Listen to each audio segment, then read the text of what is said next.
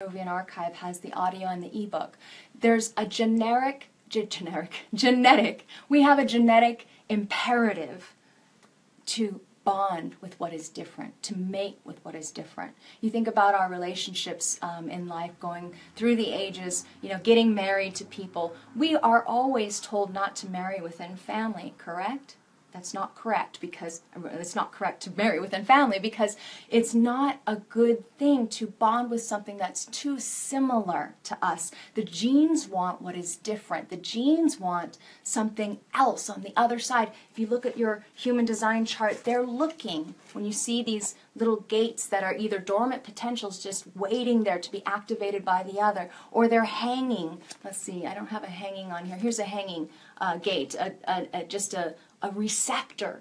All of these gates, they're just part of the channel. They're receptors looking for the other side, wanting the other side. And so the genes within us are attracted to what is not our imprint. And that's where we get into a lot of trouble, because, what is not our imprint, particularly when you've just got what we call an electromagnetic, where one person has one side of the channel and the other person has the other side of the channel. What happens then?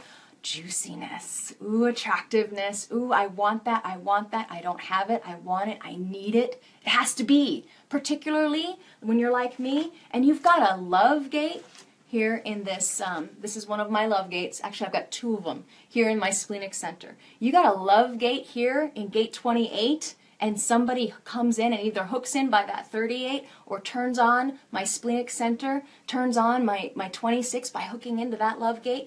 All of a sudden, I have the illusion. I think that this is the one. I have to have him. He makes me feel safe.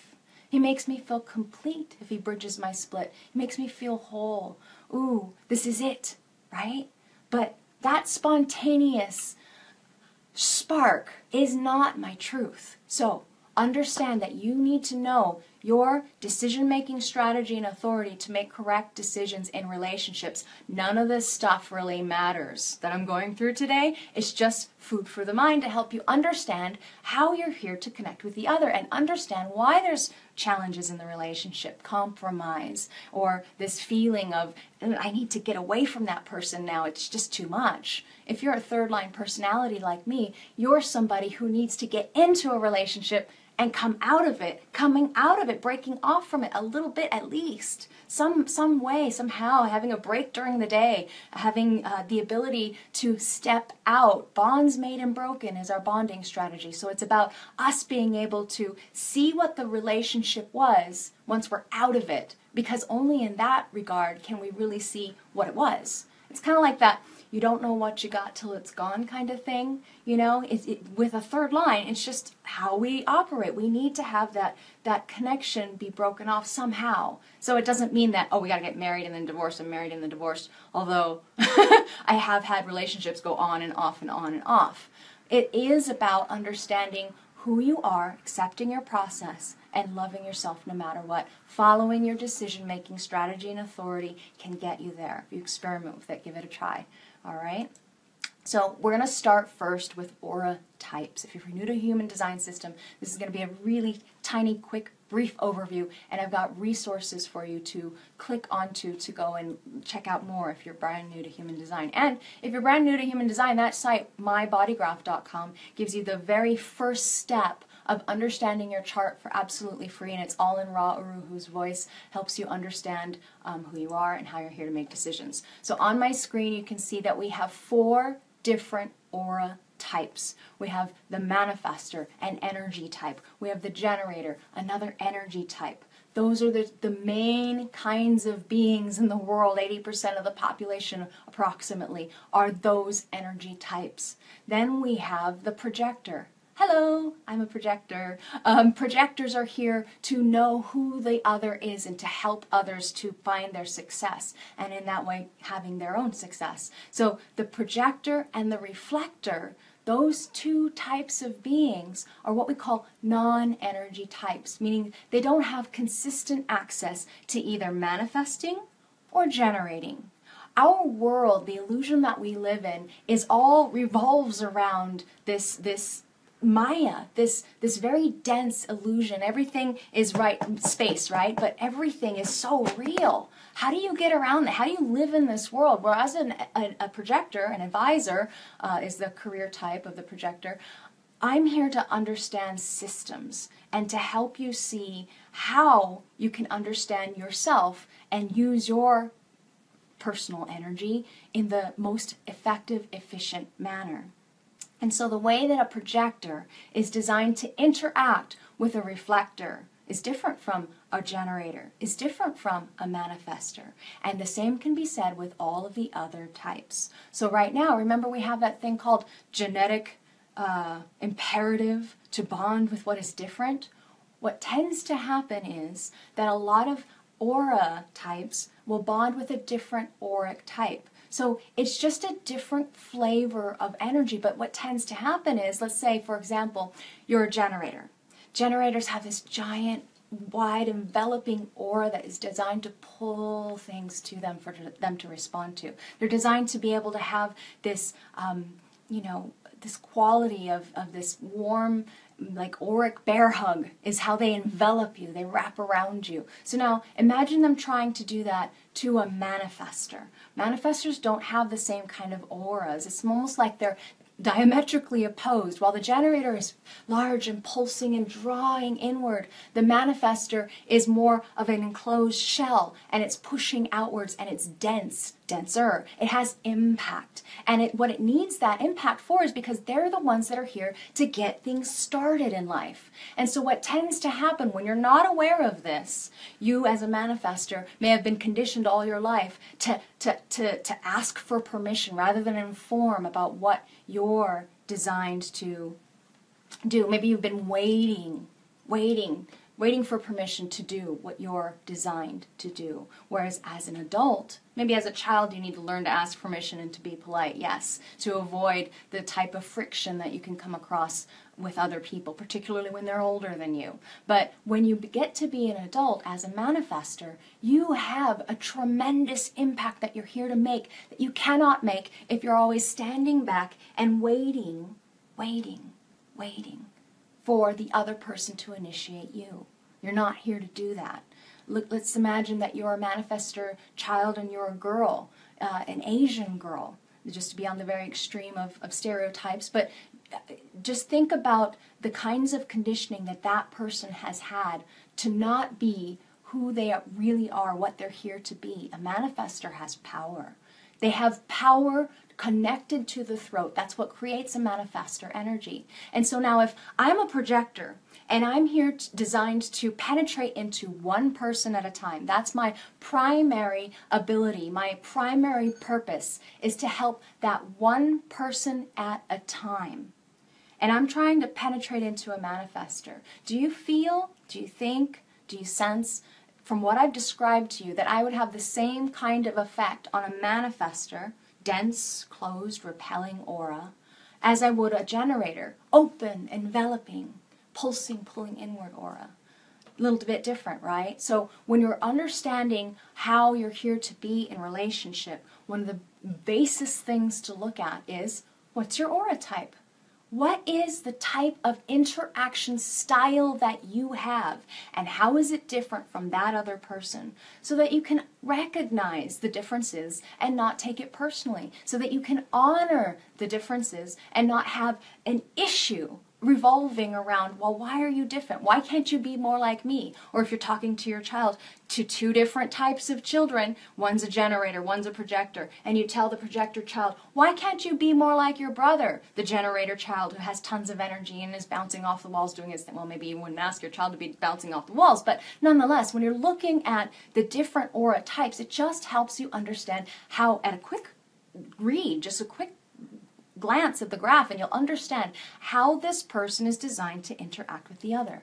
And so what I want to invite you to do, I didn't mention much about the reflector. They're only 1% approximately, a little over population, and they're very rare, unique beings that have a very impressive and intense responsibility in this lifetime to have the be the barometer of their community and to tell everyone how how everything is going, because they have a very different kind of frequency, a different kind of aura. As a projector, these are the reflectors are the non-energy types like us, but us projectors, sometimes we have energy. Hi, I'm an energy projector. I have emotional projected energy, that focus energy to recognize feelings. That's what my channel is about. So we have all different kinds of projectors. We have all different kinds of manifestors and generators. And reflectors can be very different too amongst each other, because they have different areas where they are imprinted with the receptivity to the other.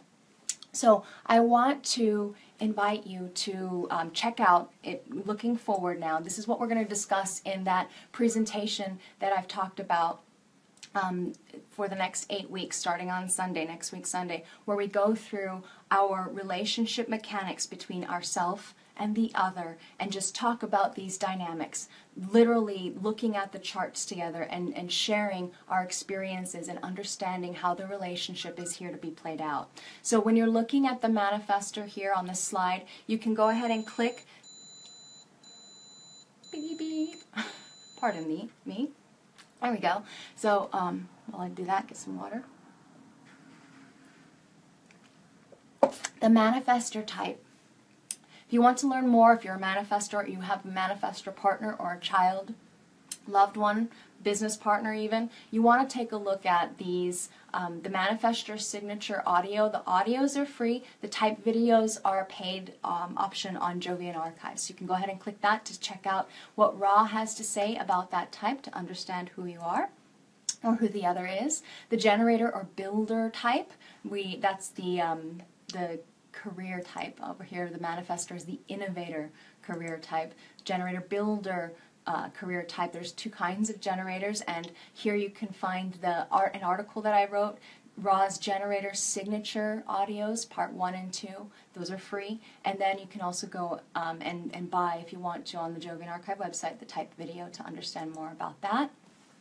The projector, hi, that's me. The projector is the advisor career type. And here we have an article I wrote a few years ago on Jovian Archive. The signature from Ra, there's a part 1 and 2, and the type video. And last but definitely not least, we have the reflector, who is the evaluator career type. And this person is very special and unique, particularly if you have a child who is a reflector type. I really strongly encourage you to check this out. There's the signature audio 1 and 2, and then the type video. So those are there for your resources. Now, looking into the next step, when we're looking at this, we're just looking at type. Okay, another piece we can look at, we could also look at centers. I'm going to cover that in a little bit, but this next one I have here is profiles and angles. And I actually did a free study group a few days ago where you can find it on YouTube. It's the latest video, and you can check it out if you want to know. If you don't know what your profile is, you don't know anything about hexagram lines, and you don't know what an angle is, that's going to help you understand a little bit more about that. And it's a lead into if you've taken Living Your Design, it's a lead into the Rave ABCs course, which I'm going to be teaching next month, and I hope you guys can join me if you'd like to and you've done LYD. So the hexagram lines, I've got a link here to an article that you can go and read, but basically just looking at a hexagram, we have the lower and the upper, and they have a relationship to each other. All lines in the body graph have a relationship to each other, and if we were to take a look at just the one hexagram by itself, we can divide it into a lower and an upper. If we take it and we put it right next to each other, we now have harmonics, areas where we have similarities to the line qualities, enough that there's a sameness, a similarity enough, not an exact sameness because it's not exact same line, but enough of a harmony. It's not resonance, it's not the exact same line, it's a harmony that allows the person, so let's say I'm a 3, I would be able to relate to or understand or get a 6th line much sooner than I would a 5th line or a 4th line, personally on the conscious level, because I have a 3rd line personality. My 3rd line is harmonic to the 6th. So just to understand the basics of how lines work with each other, to recognize why your partner might be so different. Let's say you're a 2nd line profile, you're a 2nd line conscious profile. Maybe you're a 2-4. You're a 2-4 and you're with a 3-5. 5. Little bit different there because now we've got a 2, conscious 2, and a conscious 3, and they don't necessarily see things eye to eye. Why is that? Well, we can take a look at the body graph and see why. But there's a harmony, there's a bridge between the profiles. There's an ability for them to get each other. Now, that's not to say that if you have a relationship with someone else and your profiles are not in resonance, meaning they're not exactly the same number, or they're not in harmony, meaning they're not the bridge like I just mentioned, does that mean there's something wrong with my relationship? No, as long as you're following strategy and authority, you're entering into that relationship as yourself correctly, you're going to get the relationship that you need for your learning experience. I'm not going to say that it's all roses, just going to say you get what you need. So looking at the relationship in the profiles, and profile, just in case you don't know, profile are the numbers on either side, sun and earth on either side of the body graph. That is the profile. You start with the, so I'm a 3-5. You start with the conscious side and unconscious side. So 3-5 is my profile. And that's going to help you, if you look at your human design chart, yours and the other, to see where are you different, how are you different, and not take it personally and not try to make the other something they're not. So this just kind of illustrates, helps you see how on one side we have the conscious aspect, on the other side we have the unconscious aspect. There's an 88-degree difference between, so what we've done is we've just taken that mandala wheel, broken it, and put it side by side so you can see the evolutionary movement, the spiral of profiles, and how they're different from each other, how they're connected to and yet so different from each other. To understand that, when you're looking at somebody's design, you can take a look at, are they a right angle? Here are all the profiles for the right angle. It is all about I'm one of them, personal destiny. It doesn't have our personal destiny is fulfilled through our own personal process, although we may have interaction with other people just as much as the other kinds of profiles. For us, it doesn't depend on those interactions. And so what you're looking at here is a way to evaluate how are people different. Now remember how I was telling you about there's this genetic difference, this genetic imperative for difference, and what Ra says we're moving towards is actually moving towards sameness. So eventually there's not going to be this imperative to make more, to reproduce like we have been. The mutation on the planet it's going to drop a bit to where we don't have as many people being born, and we're not going to have that need to have the other be so different. We're going to have type with type and angle with angle. So if you're not that right now, don't freak out. It's okay. As long as you're operating according to your strategy and authority, everything's fine. But just to know that if you're not with your same angle, life is very, very different for the two of you. What tends to happen, and there's not as many left angles as there are right angles, what tends to happen is they tend to attract each other. I tend to find I like 5-1s a lot. I'm a 3-5. That 5 is in resonance. I tend to really be attracted to that fifth line personality. It's something that, as a friend or a lover or whatever the case may be, I find that really interesting at this time. So just understanding that that fifth line, let's say it's a 5-1, has a very different experience of life than I do. They require certain interactions with the other that I personally really don't necessarily need, but their purpose is fulfilled in interacting with certain other people. So understanding that, for me as a 3-5, understanding that about a partner, that I need to allow that person to interact with who he needs to interact with according to his strategy and authority, then it reduces the friction in looking at your design and the differences and the experiences of the differences, and not, again, taking it personally. So looking forward more into profiles and angles, and again on this particular presentation, I've got links for you over to either articles or videos. This is the juxtaposition fixed fate profile. So you can see that there's only one kind, and it's very different. Its experience of life is very different than a left angle or a right angle. They're kind of here to bridge the gap between the two. They are on this narrow path that's very focused on their particular purpose, and they're not designed to be pulled away from it by anybody else. It's fixed. So this is their fixed fate that they get to experience in life.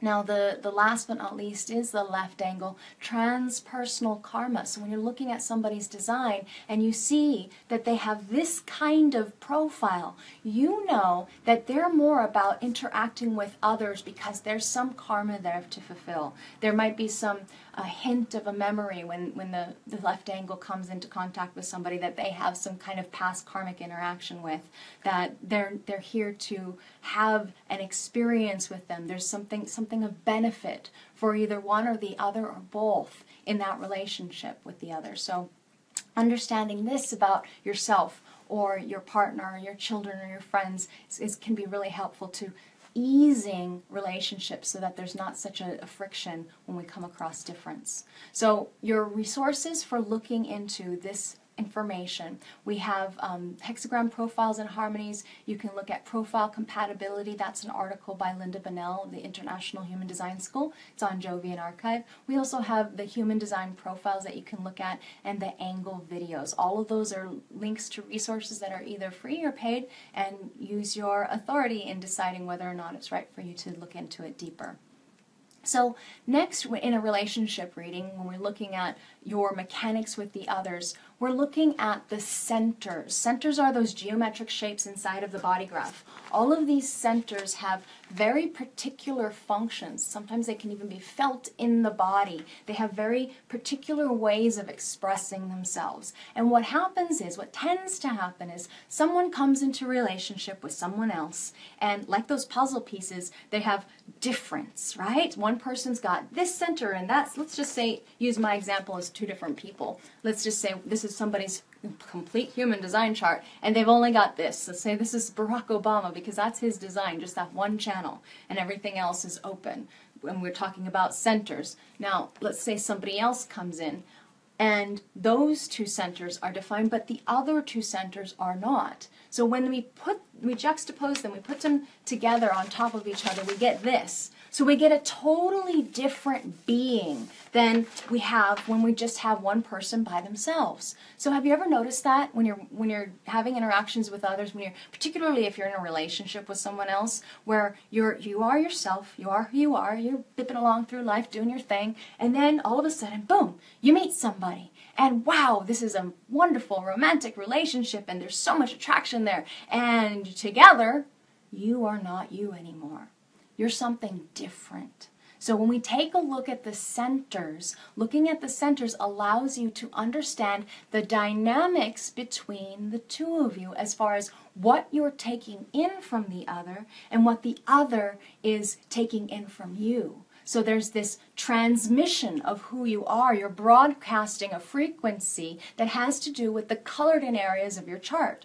Well, those colored in areas of your chart are who you are. And the other person is taking them in, and it's amplifying it. So now, if we take a look at, let's just pick on one center as an example.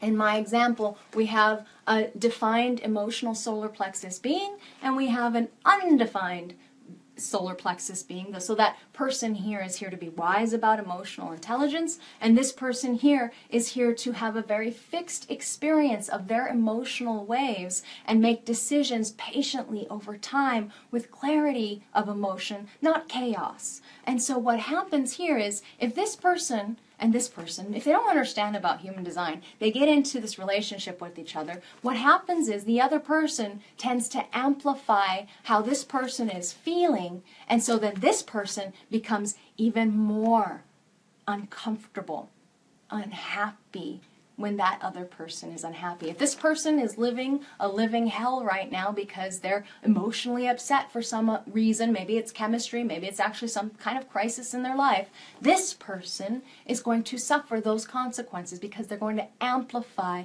and distort that energy. Now, where the problems arise in the relationship is that this person is going to think that their emotions are their own, that they're feeling these emotions and there's they need to get rid of it. They're going to avoid confrontation and truth. They're going to be touchy and nervous in the relationship. And how is that good if somebody is avoiding confrontation and truth? How is that good for communication in a relationship? not really good, is it? It's not really helpful for a couple to not understand this about each other and to give each other the grace of allowing each other to let it be, to separate.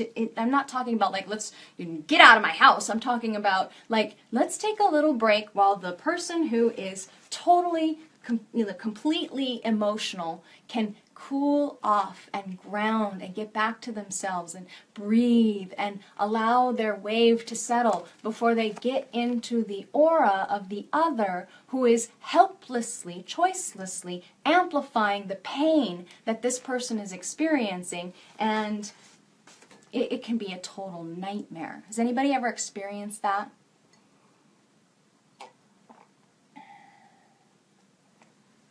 Pardon me, I have to drink a lot of water during talking. Talking is very thirsty business, and I am a cold thirst PHS kind of person. The way I'm designed to take in food is cooler than my body temperature, and I get really thirsty. So that's why that happens. Anyway, so that's just one example of how beneficial it can be for you to understand not only your own design, but the design of the person you're with, so that you know now how to mitigate any potential problems, how to be responsible for your own energy, your own frequency. Anyone who is an emotionally defined person is the person that sets the tone for the emotional environment. I don't know if have you ever been around an emotional being? I'm an emotional being. I can remember when I used to really get upset, like walking down a street. I remember walking down a street really angry to the point where I almost threw my engagement ring into the gutter. So angry, walking down the street, it was in the evening, and a guy looked at me and said, "You're too pretty to be that angry." And I just furiously stared at him down and just kept walking, right? But you could almost like feel this energy around you. It's like people they feel that and they move out of your way, right? That kind of energy, when you're an emotional being and you're unconscious, as I was, I had no idea that I was putting that kind of pain out into the environment. And in fact, when I was feeling really in pain, what I would tend to do is project it out into the other as a wide split. You can see this area and this area of definition is not connected up in a quick way by just one gate. It actually takes a whole channel. And so what happens there is I tended to be the one that would blame the other person. I always saw fault in the other person, not in my own responsibility for myself as far as how I felt and what I did. Remember, I was trying to put my decisions off on the other, and so now I had a reason. You made the decision, it's your fault, right? So, understanding about relationships, about human design, particularly in relationships, is the biggest benefit I've ever had in my life. So I hope that for you this is just a taster on what you can understand with these different mechanics looking in your design. So here, if you want to learn more about each of the centers, you can click on the center articles that I've written, the Rave Body Graph and Rave Anatomy. Those are additional places that you can go to learn more information. Rave Anatomy is actually a product on Jovian Archive, so that will help you understand how these centers interact with each other if you have not yet taken a Live in Your Design course, which is where we go over the centers. So now, let's look briefly, very briefly, at circuitry compatibility. In relationship mechanics, there is a need for circuitry similarity. Why? Because there are certain kinds of circuits in the body graph, there are major circuits in the body graph that are very, very different from each other. And if you don't have enough similarity, there's not enough of an understanding of each other. It creates more friction. If there's that much difference, there's going to be this energy of really not getting each other, not trusting each other, not grasping why the other person is so interested in supporting, or this person is so interested in sharing. Hey, you recognize, if you followed me for a while, I tend to share emotions a lot. I share what I remember from my past experiences, and sharing is just what I'm consciously here about. I'm on the cross of contagion. A lot of that has to do with collective circuitry that is about sharing. So when we're looking at somebody's chart, your chart with someone else, there is some kind of need for at least the definition, if not the definition, then some of the undefined areas where there's significant portions. And when I say significant, we're looking at a design. Sun and Earth, nodal environment, moon, those are all pretty major. Mostly the sun and earth is a major component of who you are. The rest are nuances and subtleties that may or may not create definition in your body graph. So you want to take a look at how is the other different? Who am I? Who am I personally? Unconsciously, I'm about empowerment, and consciously, I'm about sharing. So I know that if I'm in a relationship with someone who is also about empowerment and sharing, there's enough similarity for us to grok, I love that word, grok each other, understand deeply on a almost cellular level to where you're like, it's almost like you're eating, you're ingesting this other because you understand who they are, how they're here to be, what's important to them. Okay, so that's one of the things we're going to cover in looking at a relationship chart, either a reading or if you're taking the workshop with me. Now there's also lots of different types of connectivity besides these four that I'm going to go over.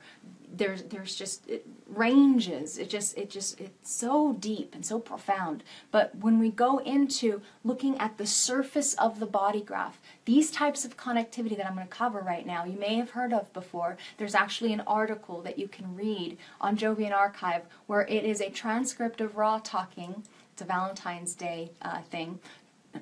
Talking about how we connect, how you connect. And I have the link to that in the next section. But here, the recommended resource that I have for types of connectivity, this is not a free one, it's an audio that you can buy. It's called You and the Other by Uru Hu. If you like listening to Raw and you want to learn more about it. Now, the types of connectivity, there's four kinds. Four ways that the definition, either being, this is definition when it's colored in, the openness, the dormant potentials can connect to another. How can we snap in like those puzzle pieces? How do we fit together? So the four types of connectivity each come with a different kind of thematic, a different set of circumstances that help you understand why things are happening the way they are between the two of you, okay? So taking a look forward now, I'm going to go over these individually. If you're looking at your chart, you and another, and you find that the two of you have the same exact channel being that line between the two functions, the centers, that creates definition, it's colored in, that channel is life force energy. Now that's not to say that you're exactly the same. Oh, no, no, no. Each of those gates can operate in 1,080 different ways. It can be imprinted in so many different ways, conscious and unconscious. So I want you to just look at that. If you see that in your chart, it's a place for potential friendship. We call it a companionship connection, where the two of you have a similar experience of not only those centers, but actually that channel itself. The life force that flows between those energies. So for example here, these two people would both be thinkers. One would be thinking consciously all the time, busy, busy, busy, thinking, looping thoughts, looping until suddenly some new kind of, inspiration came in, some inner truth that they were able to rationalize and come to some kind of unique, individual, freaky, different thought that is in their head that helps them conceptualize about things in a really genius way. That's how they're going to think consciously. On the other side, this person who's unconsciously defined in that way, it's more about their body having that experience. And maybe if they don't have any connection to the throat, sometimes that energy would express as a vocal, I think, I believe, or I know, depending on what's going on in the transits or who they're with. So just understanding that this type of definition, this sharing of the same kind of experience of how you experience life, how you see or feel or resonate, how you be in the world, how you express your difference, how you, the word that I'm looking for is transmit who you are in the world. These two people are designed to be inspirational for other people. They're designed to be able to help people conceptualize in a new way. So they both have a shared experience of that channel. That's friendship, potential friendship. That's what we call companionship. Now, what tends to happen is we don't see companionship in relationships very often unless there's a lot of difference that is also pulling the two together. I actually tend to I have that in my relationship right now, where I get to see someone else's experience of the channel 4130, where it's partially conscious for them, partially unconscious. And it's very, very different, and yet there is some sameness, a shared experience of friendship. So that's what that's about. So as you can see, here's another example, images from Jovian Archive and my body graph, as you can see. And the next one that we have is the experience of dominance. So what dominance is when one person has the whole channel, the other person has nothing in that channel. That's where we experience, it's really actually quite a gift and a trip and a blessing to have dominance. Dominance, you would think, oh, that sounds bad, but it's really not. It is being able to see who that other person is for themselves, with the other, with someone else, not just with you. Because remember how I was saying, when two people get together, it's almost like you merge into a different being and you're different around each other, and you are that. Well, what happens when there's dominance is I get to see, I have this in my relationship, I get to see how that other is behaving, how he's seen to other people who also don't have energy in that channel. It's just a part of who they are. It's their expression of their life force energy. So you get to see what dominance is all about, what each particular channel is all about when you're in relationship with the other, and you're watching and you're observing and you're aware. So again, dominance, you can see when we bring those two together, we have that. And so if you're thinking about the experience of this other who does not have definition in the head or ajna, what happens is they're going to be amplifying that energy in their design. They're going to be having an experience of that energy. Okay? Now, here is where we have dilemma. Dilemma is compromise. Compromise is one of the most uncomfortable, stickiest situation as far as you don't know what to do about it. You don't know how to deal with it. If you're unaware of human design, it's always a thorn in your side that you have no idea how to get out of. So when one person has the entire channel, the other person has just one part of the channel, what we have is the person who has just the part is being compromised by the person who has the entire channel. So the entire channel person has their own experience of energy, has their own experience of that life force. And let's say, for example, in this case, this 24, the person on the right-hand side, person B, has this unconscious 24 imprint. Let's say, for example, it's in their unconscious design sun.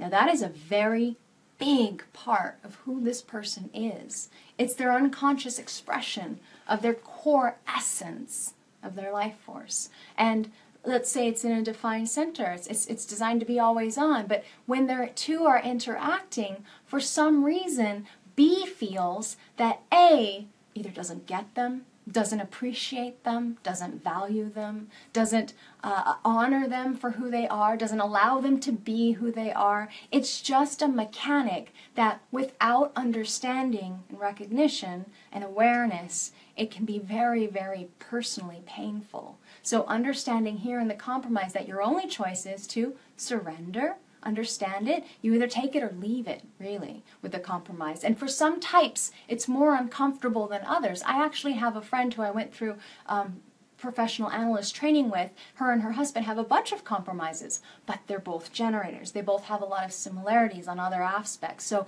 you cannot look, what we're doing is we're narrowing, very focused, going down into the little tiny details of looking at a person's chart, and that's what we're going to cover with each individual's chart when we go through the workshop, or if you ever get a reading with me. But I'm going to caution you not to evaluate a relationship based on what you see in the charts. Always go back to strategy and authority to align yourself to what's right for you, because compromise, as Ra has said, is one of the most dynamic places in the relationship that can bring you great gifts if you understand what's going on, if you're aware, in tune with yourself, and awake enough to honor who you are as a being and not take it personally and not blame the other and not make it a big deal if it doesn't have to be. Okay? Always honoring who you are for yourself if you're a generator, who you are for the other if you're a projector, and with the manifestor, who you are here to impact, how you impact. If you are a reflector, then you are understanding a lot about compromise because you're always being compromised, right? Because you have all of your centers open and there are gate activations, dormant potentials just waiting there to be either activated or sometimes be compromised. So just understanding that about yourself and the other can be a really big key to mutual understanding, nonviolent communication, and being able to love yourself and the other exactly as you are. My conscious sun, gate 30 in line 3, is the gate of the face. It's about accepting what is. So no wonder I love human design so much, because it can help me actually see and accept what is, what I've been feeling. Why is that? So here we have compromise. You take a look at this chart as an example. You can see that one person unconsciously is being compromised by the other person who has the whole channel of openness, the design of a social being or an antisocial being. And here's another quote from Ra. This is from my from actually Human Design America class in relationships. Now remember, if you enter into a relationship correctly, those areas of compromise are not going to be places that destroy the relationship. They're actually going to end up being the most dynamic places in the relationship. But that's like me saying that the emotions can be aware. It's really quite a journey to get there. You really have to be able, you have to be awake to be able to get that. So, wake up guys, time to wake up. Human design will help. So the dilemma of compromise is that what happens is, it is what can end the relationship if the people are not understanding or able to understand, get around the hot spot, the illusion of companionship and attraction. So there's this thing that where we think maybe there's a similarity there, and we think that there's an attraction of an electromagnetic, may even act like that for the first 6 months. But after 6 months of living or working with some person, and you've got a compromise there, what's going to happen is you have to either surrender or leave it. Accept it or leave it. It's going to chafe and rub against you, particularly if you're a very sensitive being or you're like a projector. Projectors are generally going to tend to feel this kind of compromise energy. And if you're not dealing with it in a way that's correct for you, what will happen is the person that is being compromised right here is going to suffer. Sometimes tremendously, if it's anywhere in one of these larger, like more heavily weighted areas of the body graph where it's a big part of who you are. So to understand that, it's not personal. The other person is not doing it on purpose to you. What tends to happen with the compromise is that if you don't find your own expression outside of the relationship, you're going to suffer. You're going to have, in order to make this work, you have to operate as yourself. And if you take a look, when I do chart readings with people, we look at whether or not it's in resonance or harmony, because resonance can be less difficult. It's the same line value in the gate numbers. The dissonance being opposite of either not having the resonance, same line values, or the harmonic pairs, that can be really uncomfortable for you. When it's unconscious as a compromise, you may not know what you're dealing with, but depending on where it is in the body graph, you'll feel it or you'll sense it, or there'll just be some kind of edge there, a block, some kind of way that you can't express who you are.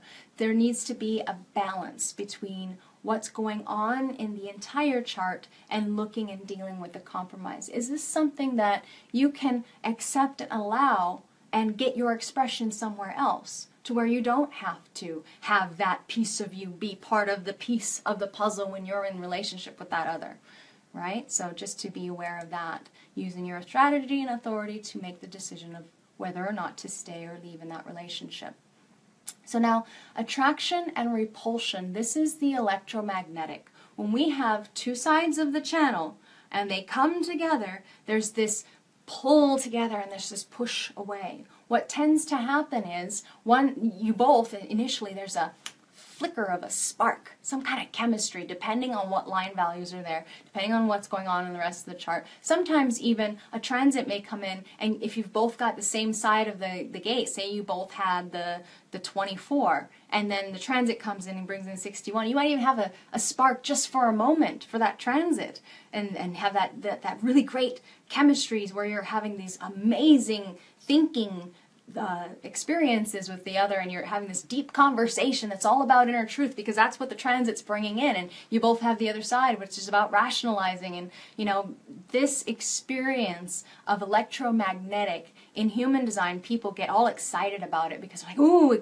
I want the electromagnetic, because then we have definition, and a lot of times when you come to human design, you look at your chart and you go, I wish I had that, and if I have somebody else that brings me this piece, then I can have that. Well, that's not necessarily what you're here for. You're not here to have that all the time. You have this experience for learning, for growth. When you're open, undefined in your body graph, anywhere where there's white areas and you're open, you're here to learn about life. That is the school that you're going to. So in my design, for example, I'm going into the school of ajna, of concepts, of making sense of things. I'm going to the school of inspiration, finding inner truth. I'm going to the school of survival intelligence. So I am not here to have that constantly filled up just as an imperative for me to feel safe and healthy. I need to be able to allow myself to be sensitive to my survival, my well-being, my body's feeling of health, and not need to have a crutch or depend on someone else for that. But what happens here in the electromagnetic is, if there are a lot of electromagnetics, and I have experience with that, where there's a lot of electromagnetics, what tends to happen is the other person and you will have this dynamic of attraction towards and push away from. So can I tell you a little secret about keeping the spark alive in your relationship if you've got a lot of electromagnetics?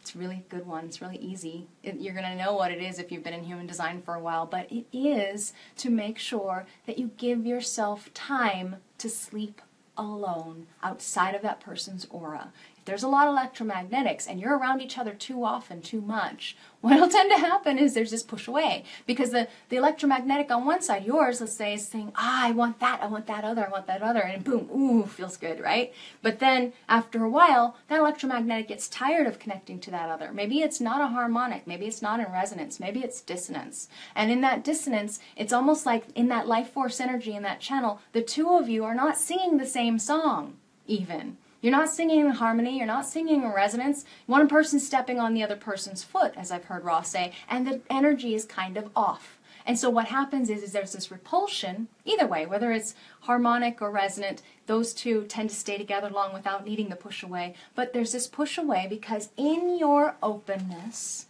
you are not designed to be learning just about that one way. You're here to learn about, so as an example, I don't have the 24 up here in my Ajna Center. I'm here to learn about all of the different ways I could learn about rationalizing inner truth, having the ability to catch that pressure to discover my inner truth, to make sense of the questions in life. So it's not about just the one other.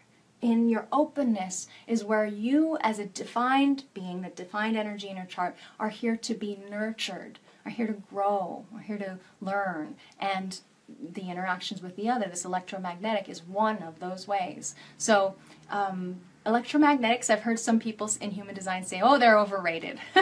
They are very, very tasty. They feel really good. But again, you got to be careful. You got to be careful to give each other space, because remember how I was saying, when you bipping along through life and you're yourself, you find this other, and now all of a sudden you're one kind of entity, and you're not the same anymore. You lose your identity in the other. You're not who you were, and so that other person doesn't really feel the same for you as you were, and you need to have space. You need to have space to allow yourself to develop and grow and be yourself too. So it's not a locking in constantly all the time to the same person.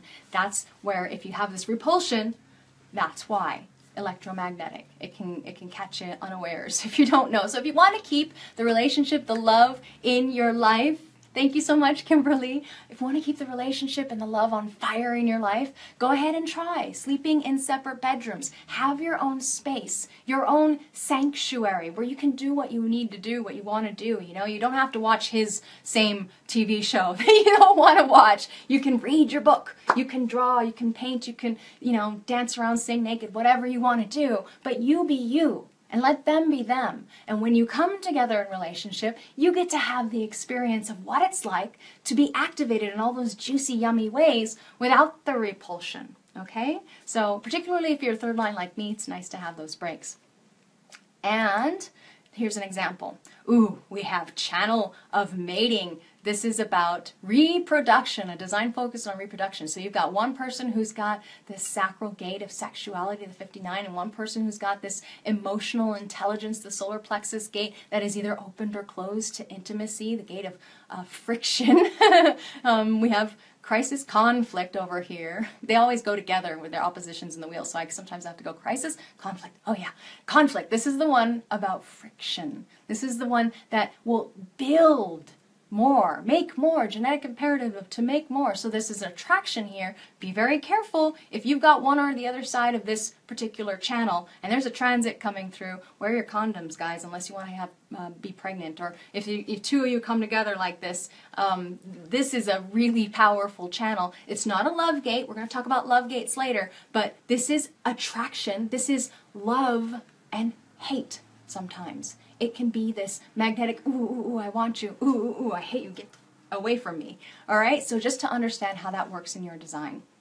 Now, again, all of this, we're going deep into it. You cannot look at just that and make evaluations or judgments on anybody's chart.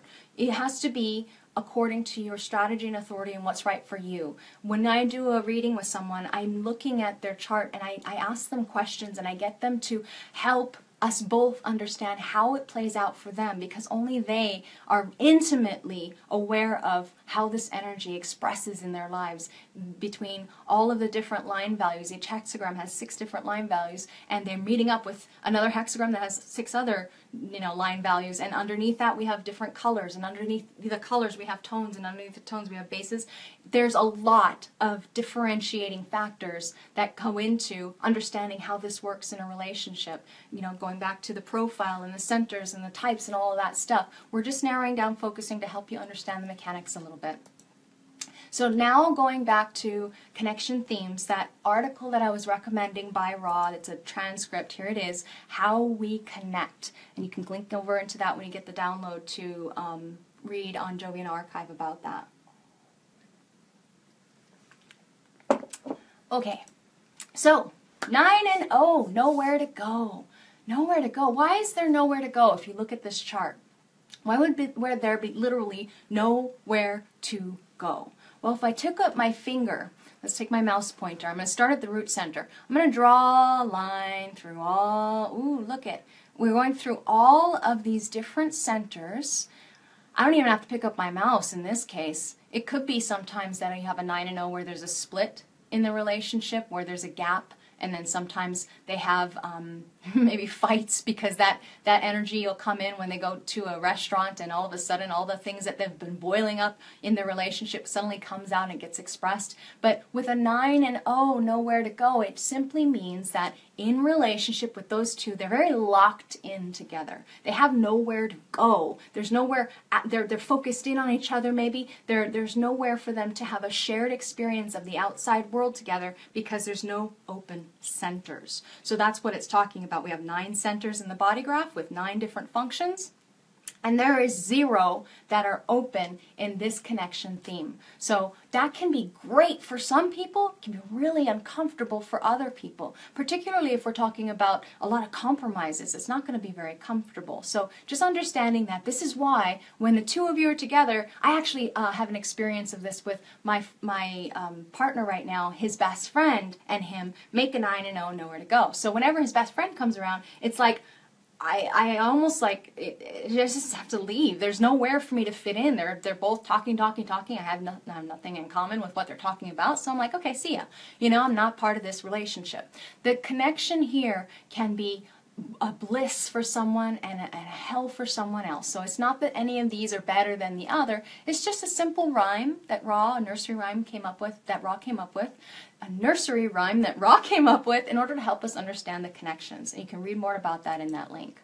So now the 8 and 1, have some fun. Have some fun. Why would we have some fun here? Because there's an open throat center, as an example, in this particular example, the open center, the one place where the two of them can have the experience of going out together through that window and experiencing the world. So the thematic here would be, let's talk about communication and action. Let's focus on the world of manifestation and form, because that's what this center is all about. So those two beings, 8 and 1, have some fun, would be the quote-unquote ideal, the easiest one in this connection theme series, that is helpful for people to understand that, oh, this is why we're always talking about that, or we're always doing this together, and we can have some fun together. And there's not, as you can see, there are some compromises there, but there's room for someone else to come into the relationship, not as in like have a threesome, but like as in, you know, maybe there's a child here who actually can get in and have some attention, you know, or some affection or whatever when the two of them are together,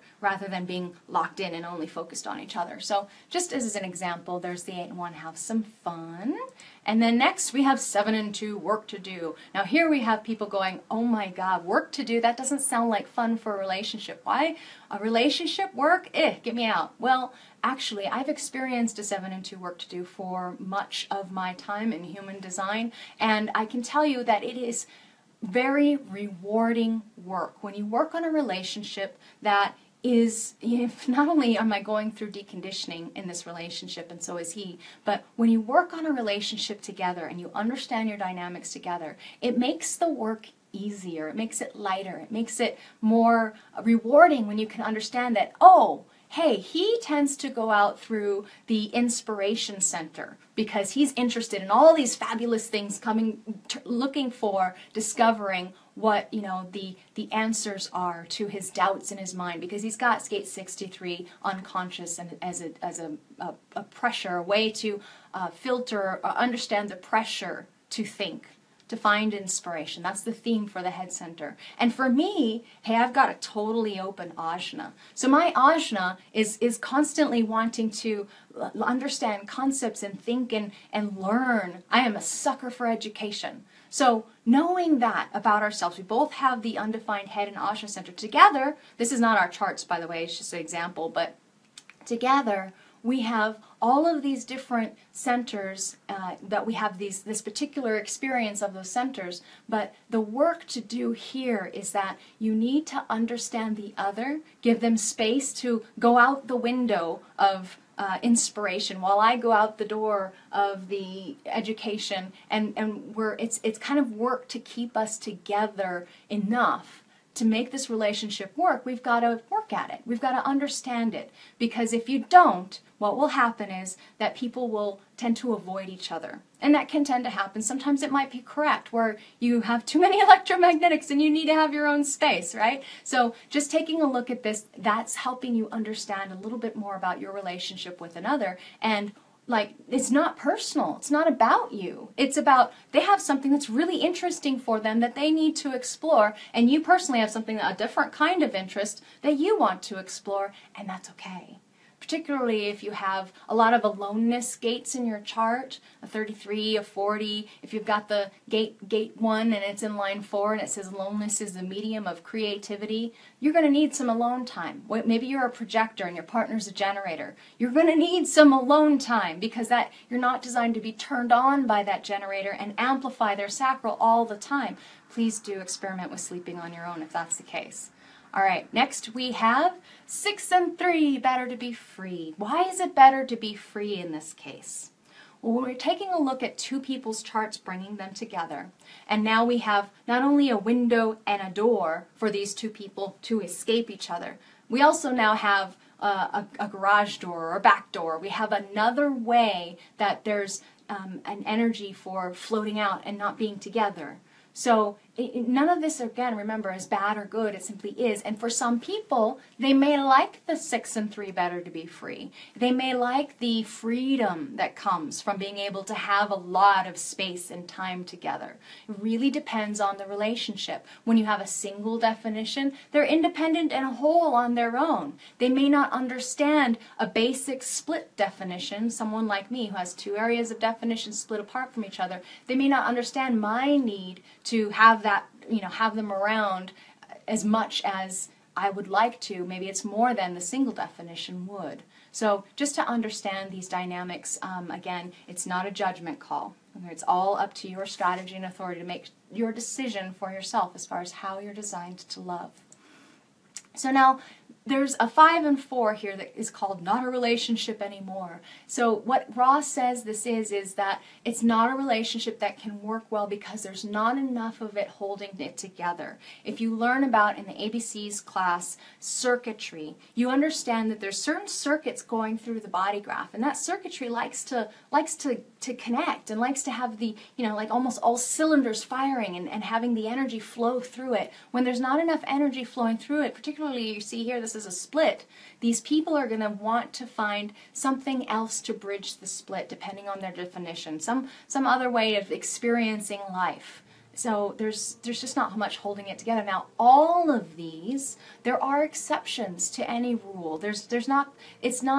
This is helping you understand just the general thematics, and then you inquire with yourself about how your relationship really works for you. So this is not a judgment call or a hard and fast rule, because there are exceptions. You can see here the 2 charts of some wonderful people on Facebook. Actually, the programmer for My Body Graph, Pontus, he and his wife were born on the same day. They have almost exactly the same chart, you can see, so on the surface.